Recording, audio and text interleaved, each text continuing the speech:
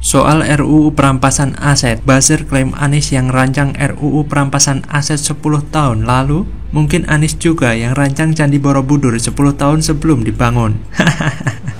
RUU tentang perampasan aset dalam tindak pidana dapat segera diundangkan, dan RUU pembatasan transaksi uang kartal segera dimulai pembahasannya. Dalam konteks hubungan antar negara, Raja overklaim ini kembali bernarasi yang sangat-sangat memalukan menurut saya. Menurut saya tidak elok juga gitu. Dia mengatakan bahwa ternyata di sini perampasan aset juga ternyata diklaim oleh Anies Baswedan di sini. Ini juga bahkan ditanggapi oleh Denny Siregar. Kalau nggak salah malah sejak tahun 1945. Ya, bahkan Denny Siregar menyindir seperti itu. Nah, saya jadi penasaran ya. Apalagi di sini juga yang membuat berita ini dari relawan Anies.id, dan bahkan di sini saya juga menemukan sebuah berita dari KBA News. KBA News itu kalau nggak salah juga media dari pendukung-pendukung Anies Baswedan kalau nggak salah sih. ini menunjukkan kelas yang bersangkutan mau jadi pemimpin seperti apa, ya. Pemimpin yang baik itu harus mempunyai jiwa yang legowo, menghargai pendahulunya. Itu salah satu ciri khas leadership. Tidak overclaim, ini ciri yang berikutnya.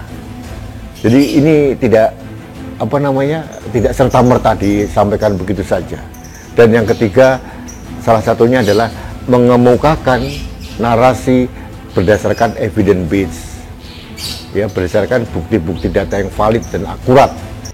Presiden Jokowi meminta agar rancangan undang-undang atau RUU tentang perampasan aset segera disahkan. Selain itu, Presiden meminta agar RUU pembatasan transaksi uang kartal segera dibahas di DPR RI. Presiden pun menyampaikan komitmen pemerintah terhadap pemberantasan korupsi tidak pernah surut. Sejalan dengan hal itu, pemerintah berupaya terus melakukan pencegahan korupsi dengan membangun sistem pemerintahan dan pelayanan publik yang transparan dan akuntabel.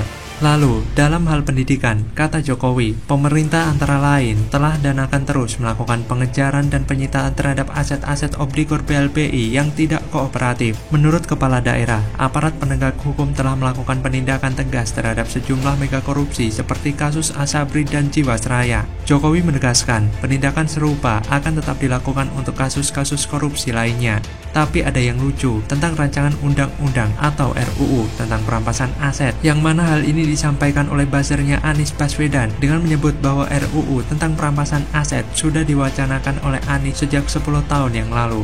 Para buzzer Anies ini juga menggiring opini yang seolah-olah RUU tentang perampasan aset dirancang oleh Anies. Emang nggak bisa dibantah, Anies memang nomor satu kalau masalah klaim-mengklaim, tapi masalah kemampuan untuk melaksanakan dan mewujudkan, beliau nol besar. Menanggapi hal itu, pegiat media sosial Denny Siregar pun memberikan sindiran keras. Kalau nggak salah, malah sudah sejak 1945, kata Denny, Selasa 4 April 2023. Menurut saya, kalau nggak salah, waktu Borobudur dibangun, Anies kan pengawas pembangunan candi itu.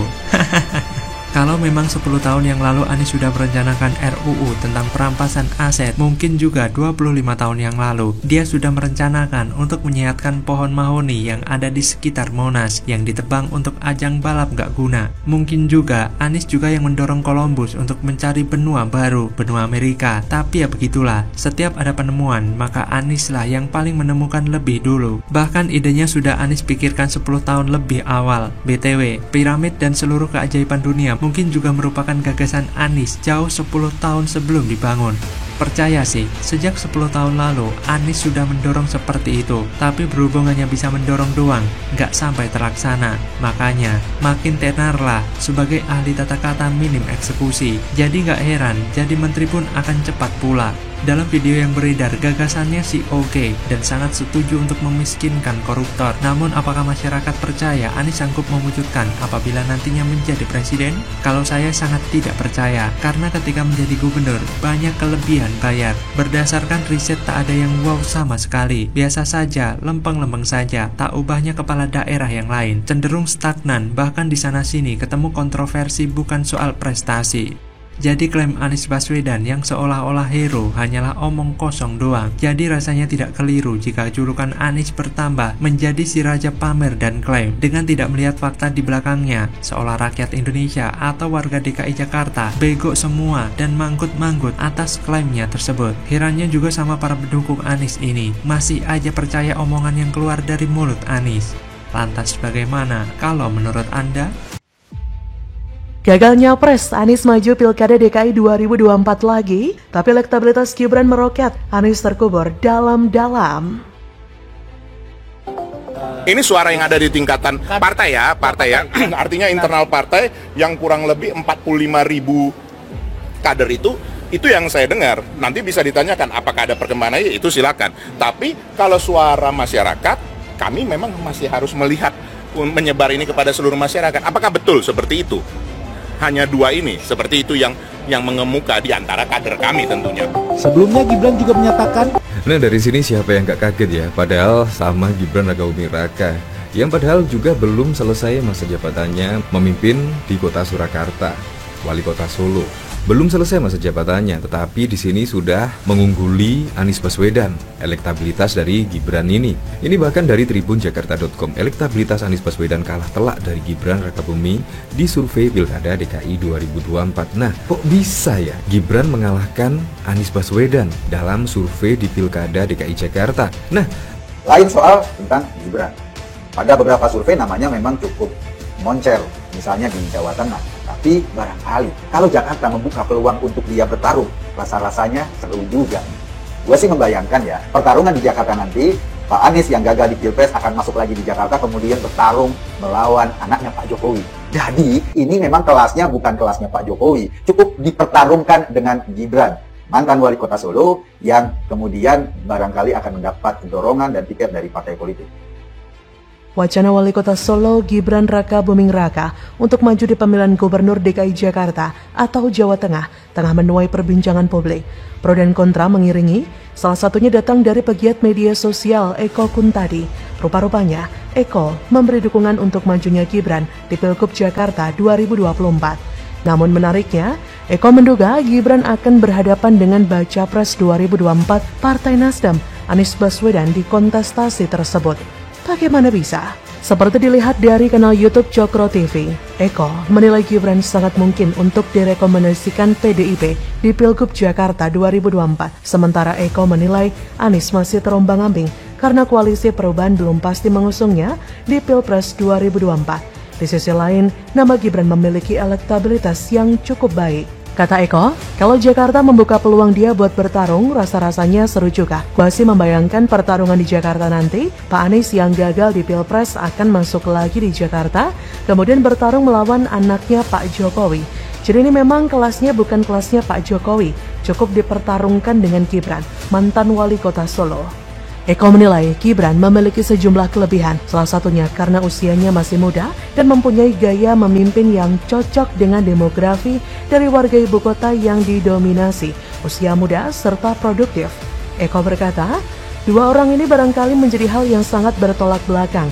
Gibran itu ngomongnya sangat sedikit, jarang melontarkan statement yang berbunga-bunga. Namun, poin pentingnya menurut Eko, Gibran dianggap mampu bekerja di ibu kota.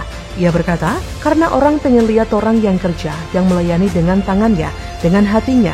Pemimpin yang mengeksekusi program bukan yang cuma ngomong, yang dieksekusi cuma mengganti nama jalan. Sementara itu dilansir dari laman Tribun News, elektabilitas putra Presiden Jokowi, Gibran Rakabuming Raka, mengalahkan Anies pada survei sosok yang paling cocok untuk maju Pilkada DKI 2024. Kendati demikian, wali kota Solo itu bukan yang tertinggi.